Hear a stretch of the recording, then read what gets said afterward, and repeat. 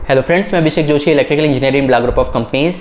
दोस्तों, आज हम लोग बात करेंगे इलेक्ट्रिकल सिस्टम में यूज़ होने वाले कुछ इंपॉर्टेंट फॉर्मूलेज के बारे में। एक व्यूअर का मुझे कमेंट आया था कि जब हम लोग इंडस्ट्री में वर्क करने जाते हैं तो ऐसे कौन से इलेक्ट्रिकल फॉर्मूले हैं जिसका हमें यूज़ पड़ता है अपने डे टू डे वर्किंग में। तो क्योंकि मैं एक मेंटेनेंस फील्ड में हूँ, क्योंकि मैं इलेक्ट्रिकल मेंटेनेंस में हूँ, तो मेंटेनेंस इंडस्ट्री में कौन कौन से फॉर्मूलेस हमें लगाने पड़ते हैं अपने डेली वर्क में, ये मैं आपसे शेयर बिल्कुल कर सकता हूँ।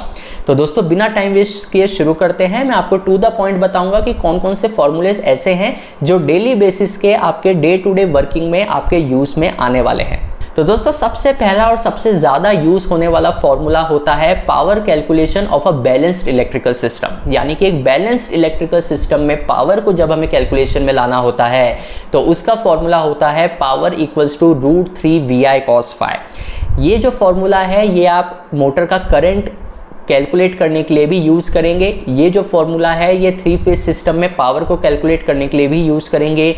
ये जो फॉर्मूला है ये वोल्टेज और करंट के बीच में क्या रिलेशन होता है इसको वेरीफाई करने के लिए भी आप यूज़ करेंगे। नॉर्मली जो सवाल आते हैं कि वोल्टेज बढ़ाने पे करंट बढ़ेगा कि कम होगा, इस तरीके के जो सवाल होते हैं उसको वेरीफाई करने के लिए इस फॉर्मूले का यूज़ आप इलेक्ट्रिकल सिस्टम में कर सकते हैं। आपकी जो प्रोफेशनल वर्किंग होगी उसमें ये फॉर्मूला बहुत यूज़ में आने वाला है।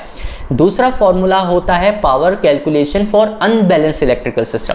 देखिए, जब आप इंडस्ट्री में वर्क करेंगे तो हमेशा हर जगह आपको तीनों ही फेज का करंट बैलेंस मिलेगा, ये ज़रूरी नहीं है। जब इलेक्ट्रिकल सिस्टम में आपके 3 फेज सिस्टम में तीनों ही फेज का करंट, तीनों ही फेज के करंट का मैग्नीट्यूड जब लगभग सेम रहता है तो उसको हम लोग बैलेंस्ड इलेक्ट्रिकल सिस्टम कहते हैं।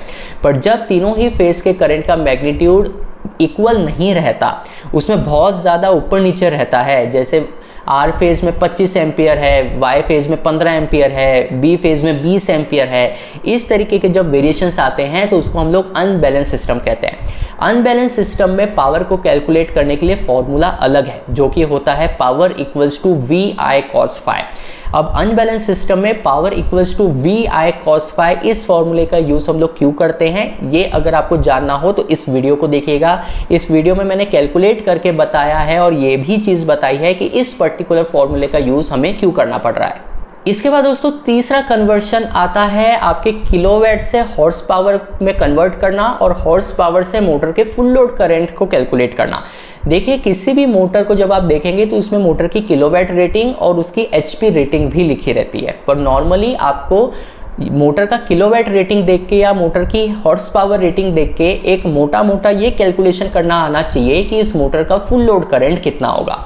तो मोटर के किलोवाट को जब आपको HP में कन्वर्ट करना हो तो आप उसे 0.746 से डिवाइड करते हैं। यानी कि आपकी मोटर अगर 5.5 किलोवाट की है तो 5.5 डिवाइडेड बाय 0.746, इसका जो रिजल्ट आएगा उतने HP की आपकी मोटर कहलाएगी। अब जितनी HP की आपकी मोटर है उसको जब आप 1.4 से मल्टीप्लाई कर देंगे तो जो रिजल्ट आएगा वो आपके मोटर का फुल लोड करंट कहलाएगा। अब यहाँ मैं एक चीज़ आपको पहले ही क्लियर कर दूँ कि ये जो 1.4 है ये बेसिकली एक रफ फिगर आपको देता है आपके मोटर के फुल लोड करंट के कैपेसिटी के बारे में। अगर आप ये बोलेंगे कि सर मेरा आंसर तो 11.4 आ रहा था लेकिन मोटर के नेम प्लेट पे तो 11.7 लिखा है, तो इस तरीके से हमें क्लासरूम वर्क नहीं करना है। हमें प्रैक्टिकल जब हम इलेक्ट्रिकल का वर्क करने जाते हैं तो हमें एक रफ फिगर चाहिए होता है, एक आइडिया चाहिए होता है कि इस मोटर का फुल लोड करंट कितना होगा, उसके बेसिस पे हमें कुछ डिसीजंस लेने होते हैं। तो इसलिए जब आप HP को 1.4 से मल्टीप्लाई करेंगे तो जो फिगर आएगा वो आपको एक आइडिया दे देगा कि इस मोटर का फुल लोड करंट कितना रहने वाला है। उस हिसाब से आप अपनी जो डे टू डे बेसिस के डिसीजन है वो आप इजीली ले पाएंगे। इसके अलावा दोस्तों, एक फॉर्मूला होता है पावर फैक्टर का। पावर फैक्टर का फॉर्मूला होता है active power upon apparent power, यानी कि किलोवाट अपॉन KVA। तो बहुत बार ऐसा होता है कि किलोवाट को KVA में कन्वर्ट करना होता है, बहुत बार ऐसा होता है कि पावर फैक्टर कितना चल रहा है ये कैलकुलेट करना होता है, बहुत बार आपको अपेरेंट पावर कितना है ये पता करना होता है। तो इसीलिए अगर आपके पास पावर फैक्टर अवेलेबल है, जो कि इंडस्ट्रियल वर्किंग में आपके पास अवेलेबल रहेगा, तो इसीलिए इस फॉर्मूले का यूज़ भी आपको पढ़ने वाला है। तो ये भी नोट करके रखिएगा कि पावर फैक्टर का जो फॉर्मूला है ये active power upon apparent power होता है। अब इसको यूज़ करके आप पावर फैक्टर कैलकुलेट कर सकते हैं, आप एक्टिव पावर कैलकुलेट कर सकते हैं, आप अपेरेंट पावर कैलकुलेट कर सकते हैं। तो डिपेंडिंग कि आपकी रिक्वायरमेंट क्या है, इस फॉर्मूले का यूज़ करके आप इजीली चीज़ों को कन्वर्ट कर पाएंगे।